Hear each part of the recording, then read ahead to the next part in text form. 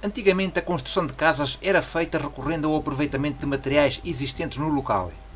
As cabanas e casas nas florestas eram feitas de madeira porque ali só existiam árvores, mas nas serras onde as pedras eram o recurso mais abundante, era com elas que se construíam as casas. Não existiam caminhões nem outras máquinas para fazer o transporte e quando se construíam aldeias inteiras em pedra, as paredes eram comuns entre uma propriedade e outra, precisamente para poupar material e trabalho, e ainda hoje existem muitas casas nessas condições.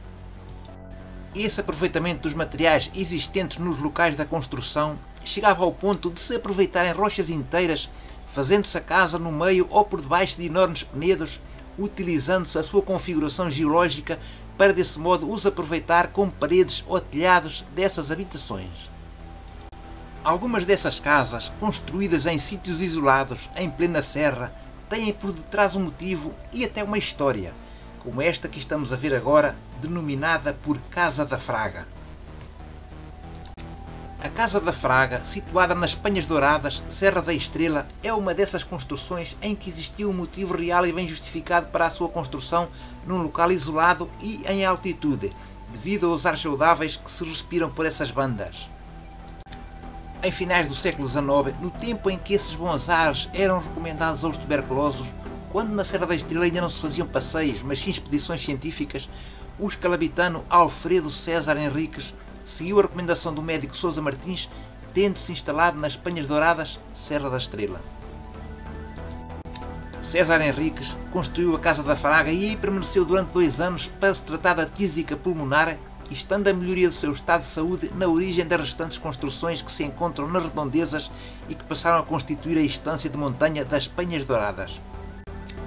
Uma outra casa, edificada em 1910, quando a tuberculose ainda era uma doença terrível, terá sido possivelmente construída com o mesmo fim: a cura dessa doença. Desta casa, que se situa na nave mestra, não muito longe das Penhas Douradas, não se conhecem grandes dados. Conhecem-se várias versões sobre a sua construção. Terá sido mandada construir pelo Dr. J. Matos com a finalidade do mesmo se isolar e colar da lepra. Outra versão diz que foi para curar a tuberculose de que padecia, e uma terceira diz que simplesmente a casa foi edificada como destino de férias do seu proprietário. Seja como for, a casa parece ter sido construída naquele local com os construtores valendo-se mais uma vez da configuração dos enormes rochedos de granito, mormente o bloco que compõe a cobertura da casa, e embora também se diga que este terá ali sido colocado com recurso a guindastes, nessa não acredito. A casa terá sido construída debaixo daquela rocha, aproveitando-se assim uma cobertura resistente a qualquer tipo de estado atmosférico.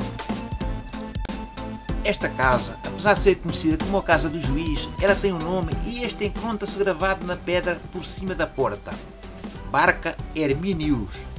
O significado deste nome poderá ter a ver com o local que também é conhecido como Vale da Barca e com a antiga designação da Serra da Estrela, que era Montes Hermínios. Estamos a ver o interior da casa e agora uma curiosidade.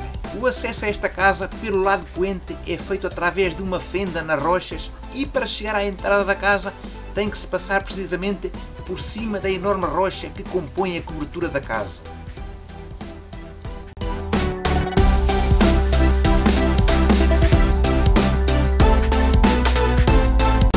Numa outra serra, em Faf, existe também uma curiosíssima construção, talvez até mais conhecida do que as anteriores, apesar de ter sido feita em tempos mais recentes e da sua história ser banal. Foi construída simplesmente para ser usada em tempos de férias pelos seus proprietários, mas é considerado um dos edifícios mais estranhos do mundo.